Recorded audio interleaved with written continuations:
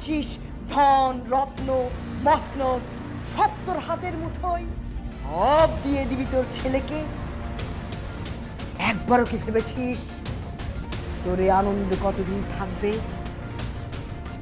বছর কাটতে না কাটতেই কেউ কেউ মসনদ ছিনিয়ে নিতে পারে, ভেবেছিস?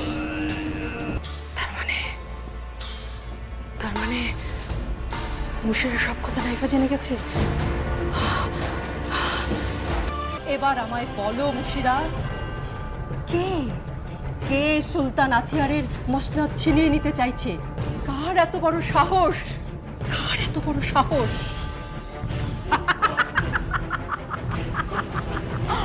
কার এত বড় সাহস?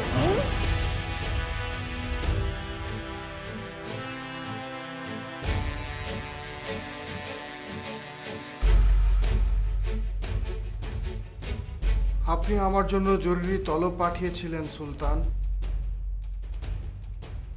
আগে আপনি বসুন উজির সাহেব, আমাদের কথা শেষ হতে অনেক সময় লাগবে। ততক্ষণে এই বয়সের ভার না হয় ক্লান্ত পায়ের উপর নাইবা রাখলেন।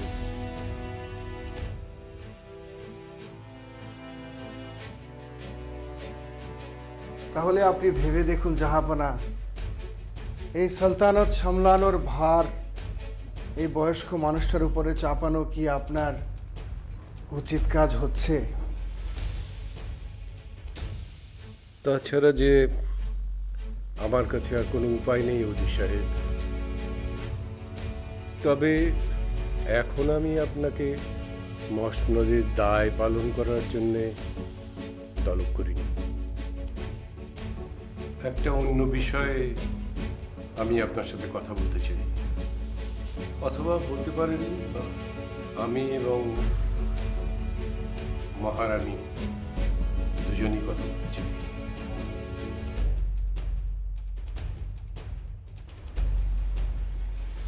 কেমন আছেন উজির সাহেব? জি, বলতে পারেন দুঃখের দরিয়ায় পা রেখে সুখের আসমানের দিকে তাকিয়ে আছে। আপনি অনেক সুন্দর করে কথা বলেন উজির সাহেব, কিন্তু দুঃখের বিষয় হয়তো আপনার সেই কথার মানে সুলতানা সাহেবা বুঝতে পারে না। আমাকে মাফ করবেন সুলতানা সাহেবা, একদিকে যেখানে আমাদের মহান সুলতান আরসালানের রাজত্বকাল শেষ হয়ে এসেছে, সেখানে আমরা সুলতান আথিয়ারের রাজত্বের শুভারম্ভের অপেক্ষায় আছি। কিন্তু আরম্ভটি যে খুব শুভ হয়নি সেটা নিশ্চয়ই আপনার অজানা নয় উজির সাহেব। জি সুলতানা সাহেবা। আর এ কারণেই আমরা আপনার পরামর্শ চাই। আপনিও জানেন এই পরিবারের নিয়ম, যখন কোনো সুলতানের সন্তান মসনদের দায়িত্ব গ্রহণ করে তখন সেই সুলতানকে প্রাসাদ ছেড়ে জঙ্গলের খাসমহলে চলে যেতে হয়। কিন্তু সেই প্রস্থান কাল তো এখনো অনেক দেরি আছে সুলতান। দেরিতে হলেও আমাদের তো যেতেই হবে, এটাই তো নিয়ম। কিন্তু এখন এই প্রাসাদে যে পরিস্থিতির সৃষ্টি হচ্ছে তাতে যে কোনো মুহূর্তেই আমাদের পরিবার বিপদগ্রস্ত হতে পারে। তাহলে আমাদের এখন কি করা উচিত উজির সাহেব? আমি কিন্তু এখনো অক্ষরে অক্ষরে প্রচলিত নিয়ম মানার পক্ষে উজির সাহেব।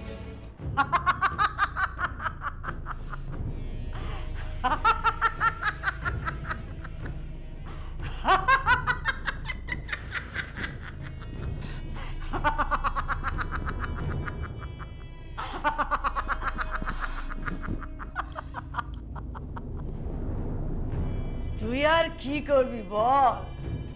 তোদের এই বল বুদ্ধি সাহস দিয়ে কি সব বিচার করা যায় রে? এই দুনিয়ায় কিসমত বলে একটা কথা আছে, শুনেছিস? কিসমত শুনেছি, তুমি হয়তো শোনোনি। সুলতান আথিয়ারের কিসমত মেঘ রাজ্যের সম্রাট আরাশের দেয়া আংটিতে সুরক্ষিত, যতদিন সেই আংটি সুলতানের আঙুলে থাকবে ততদিন কেউ তার কোনো ক্ষতি করতে পারবে না। তারপরেও তো তুই ভয় পেয়েছিস সিনাজ। আসলে ওই আংটির রহস্য তোর এখনো অজানা। তোরা শুনিস এক, ভাবিস তুই, আর তোদের মাথার ভেতরে হতে থাকে কত চাল। মানে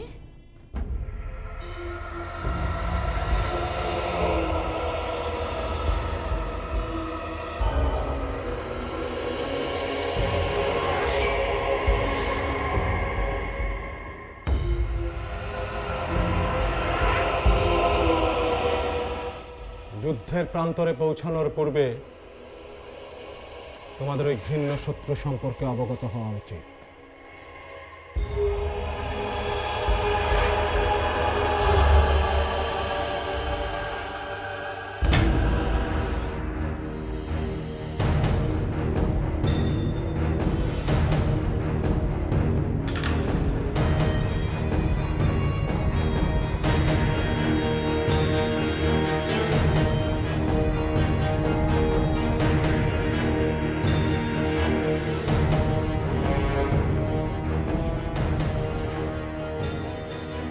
ওই ঘৃণ্য শত্রুদের মধ্যে রয়েছে 8 জন মূল যোদ্ধা। এদের মধ্যে কেউ একজন এক লহমায় মেঘমণ্ডলের এক প্রান্ত থেকে আরেক প্রান্তে ছুটে যেতে পারে। কেউ একজন হয়ে যেতে পারে একেবারে অদৃশ্য। কেউ বা হাতের ইশারায় উল্টে দিতে পারে এই সমস্ত দুনিয়া।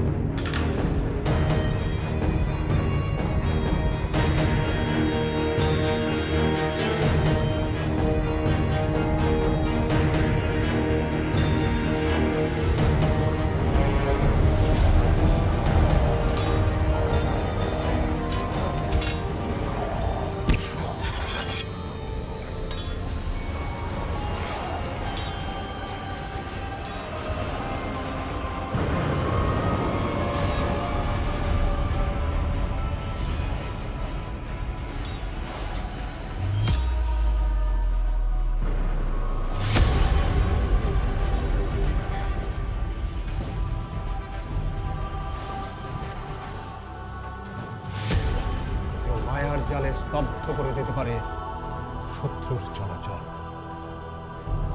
আবার কেউ মুহূর্তে রূপ বদলে হয়ে যেতে পারে শত্রুদের কোনো একজন। আর এই 8 জনের সমস্ত শক্তি একসঙ্গে উপস্থিত ওই ঘৃণ্য সম্রাট ইসবাকের মধ্যে। ওই 8 জন শত্রুকে তোমরা পরাজিত করতে না পারলে ঘৃণ্য শত্রু ইসবাকের কাছে পৌঁছতে পারবে না কোনো। আপনি কোনো চিন্তা করবেন না বাবা, আপনার সামনে সম্রাট ইসবাককে অনায়াসে উপস্থিত করব আমরা। জি বাবা, হয় জীবিত না হয়। মানে আর কি? সম্রাট আরাস বলছে এক, আর তার মানে তোরা ধরেছিস আরেক। মানে সম্রাট আরাস বলছে ওই আংটি হাতে থাকলে তার কোনো ক্ষতি হবে না, তার মসনদ কেউ কেড়ে নিতে পারবে না।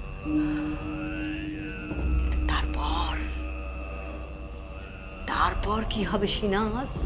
কি বলতে চাইছো মুশিরা? সুলতান আথিয়ারের পর?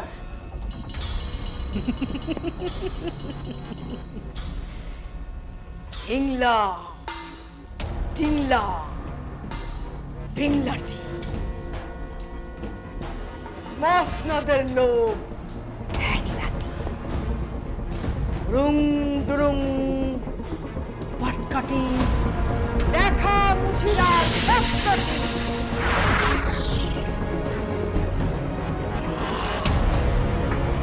মুশিরা, হেয়ালি করো না। খালি নয় রে, খালি নয়,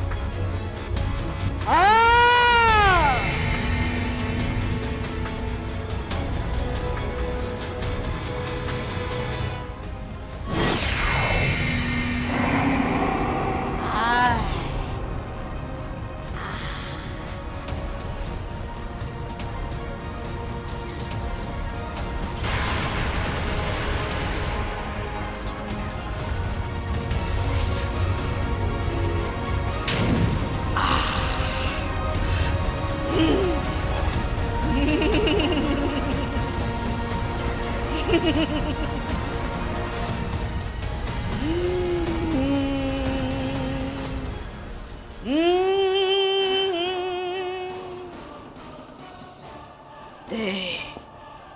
সিনাজ, হাত দে, হাত দে সিনাজ, হাত দে।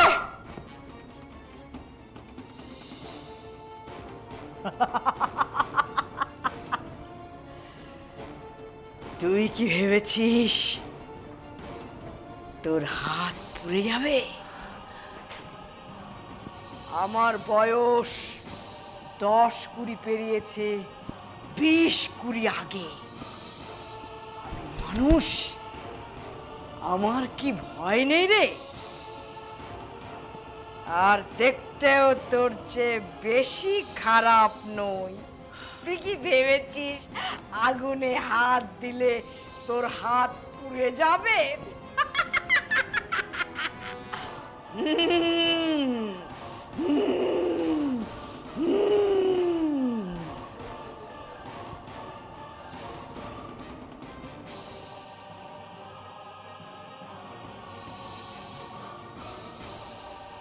নে, এবার তুই চোখ বন্ধ কর, চোখ বন্ধ কর সিনাজ।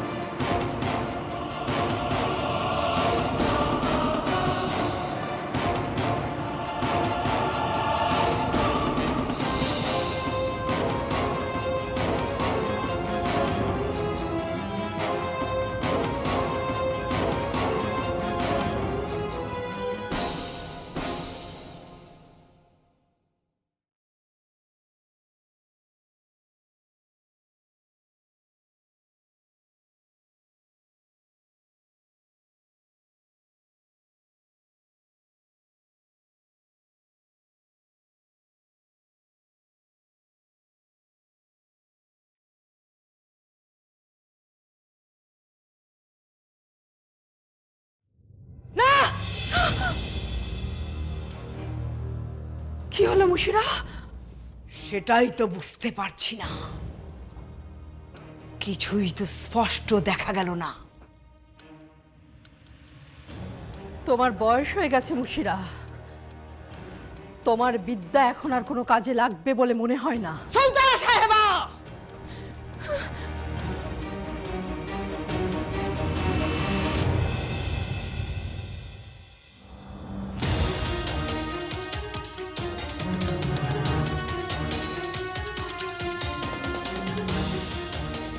মুশিরা বুড়ি কখনো ভুল করে না, তার বিদ্যা কখনো অকেজো হতে পারে না।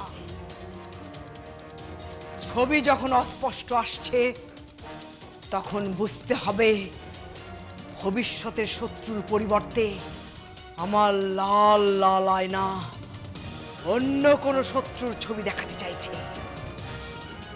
আমার মনে হচ্ছে কিছু মুহূর্তের মধ্যেই তোর জীবনে নেমে আসবে বিপদের ছায়া। কি বলতে চাইছো তুমি মুশিরা? প্রাসাদের ভিতর থেকেই তোর উপর বিপদ ঘনিয়ে আসছে। মুশিরা, আমাকে তাড়াতাড়ি বলো কি ঘটছে প্রাসাদের ভেতর। সরে দাঁড়া।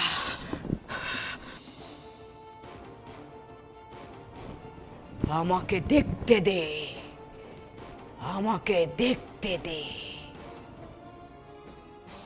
আয় আয়, লাল লাল আয়না, তাতে কোনো কিছু কেন দেখা যায় না? লাল লাল লাল আয়না, পরিষ্কার পরিষ্কার পরিষ্কার হও। মুশিরা বুড়িকে সব দেখাও।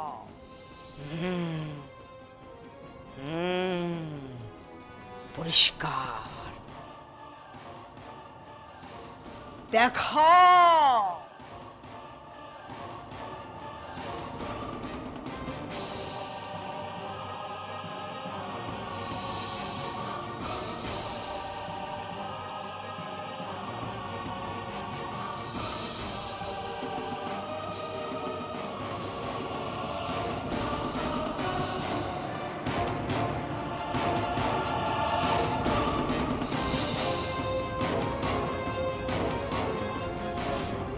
জানেন বেগম সাহেবা, আমি যখন প্রথমে এই প্রাসাদে আসি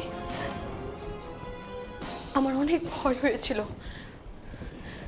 তারপরে এই প্রাসাদ, সুলতান, সৈনিক সবার প্রতি আস্তে আস্তে ভয় কেটে গিয়েছিল।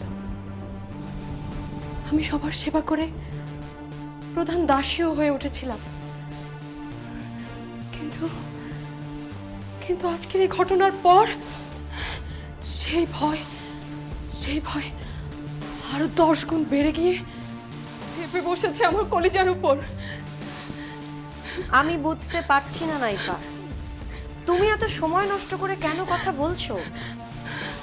তোমার কি মনে হয় নাইফা, তোমার জীবন বৃত্তান্ত জানতে পারলেই আমি সেই মানুষটা পর্যন্ত পৌঁছে যেতে পারবো যে তোমাকে জীবনের শেষ প্রান্তে নিয়ে যেতে চায়?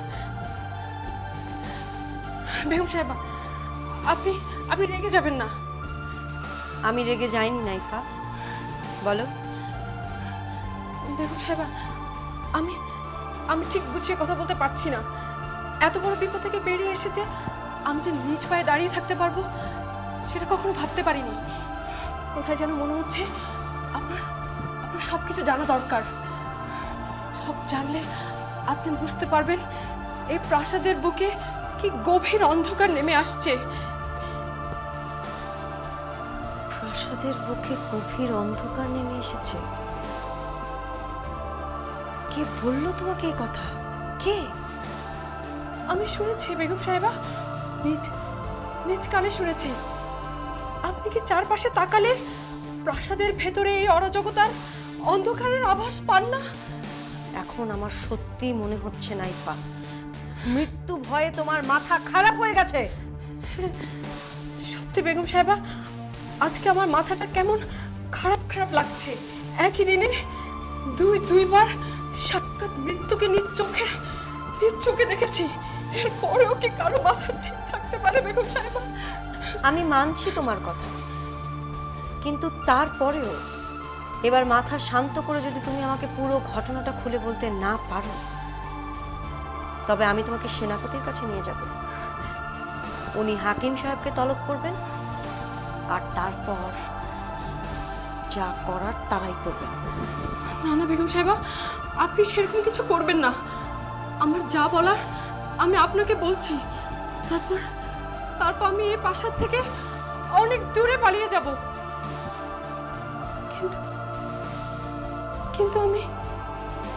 কিন্তু আমি পালিয়ে যাবটা কোথায়? তিনি তো জানতে পেরেছিলেন সেখানে আমিই ছিলাম। আমার উপহারে সে আংটিটা তো সেখানেই পড়ে গিয়েছিল। কি জানতে পেরেছে তোমার কথা? দেখতে পাচ্ছিস?